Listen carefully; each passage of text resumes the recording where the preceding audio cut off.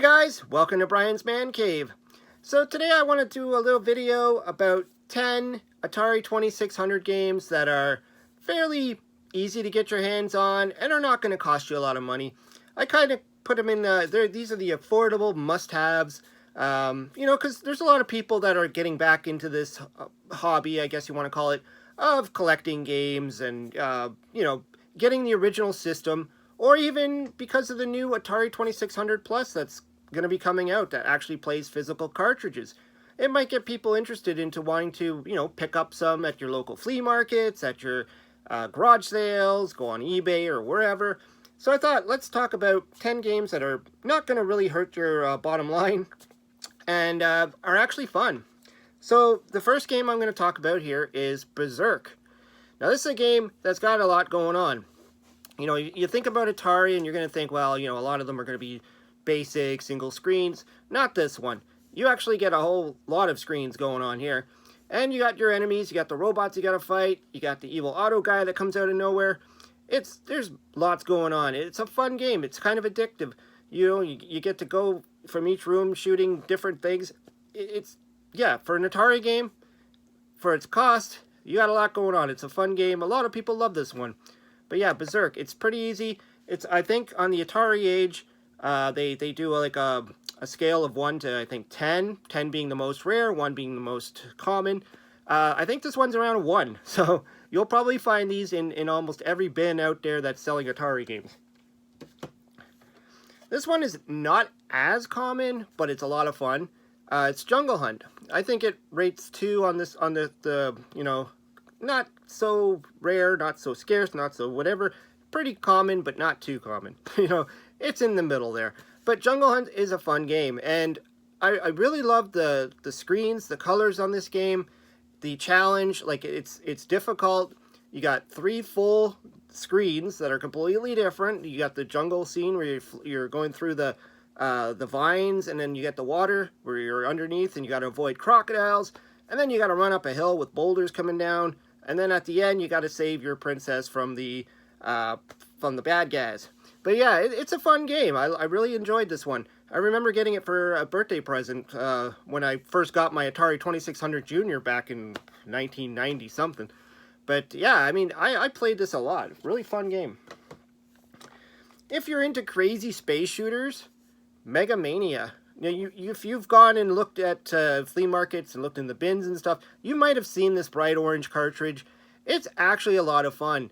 In fact, I remember borrowing this game from a friend when I was younger and playing the crap out of this one. It's very addictive.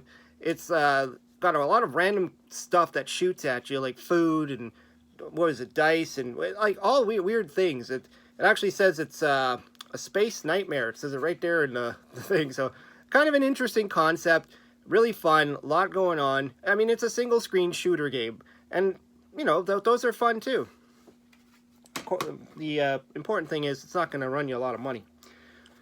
Now this one, Adventure, got a lot of attention from the Ready Player One movie when it came out. People started to think it was rare or scarce or whatever they thought. They were trying to jack the price up.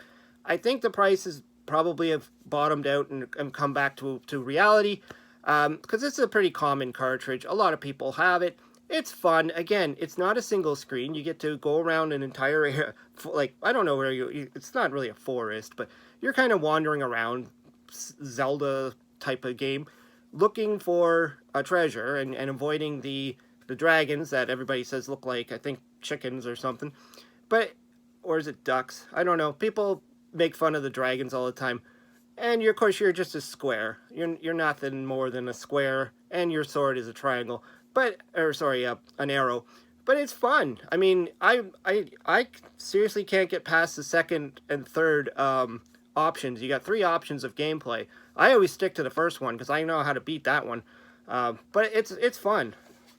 I'm going to go, this one is a classic, and I think everybody should have this game, and that's Pitfall. Pitfall, again, multi-screen, lots going on for it. I'm sure when people got this game in the beginning, they were blown away by it, because, you weren't used to games like this. It's a side-scrolling, you got the vines to swing on, the crocodiles to avoid, you can go up and down the ladder, into the, you know, the cavern or whatever that's underneath the ground part. Yeah, Pitfall. I think everybody knows Pitfall, and it's pretty common, and that's what's really good about it.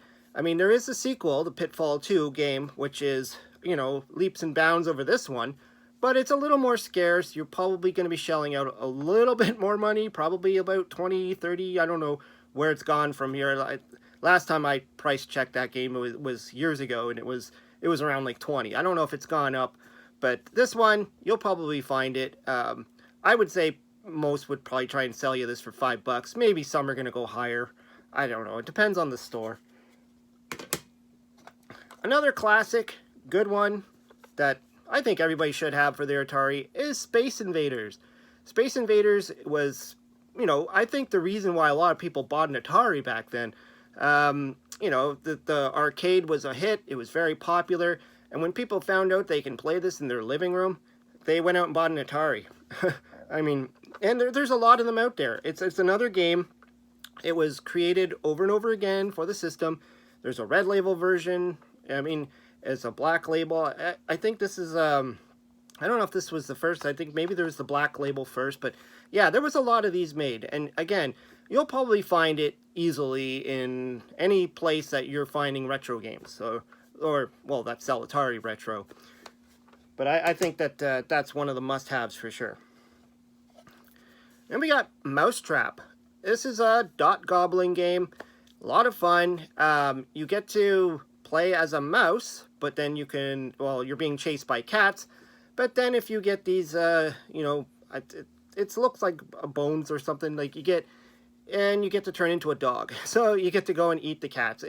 But it's fun. I mean, the thing is, it is a single screen, kind of like PacMan. It doesn't really, the maze never changes, but it's still fun. It's still one of my favorite dot gobbling games. So, and it's fairly common. I mean, Mousetrap, it's a popular title, popular game.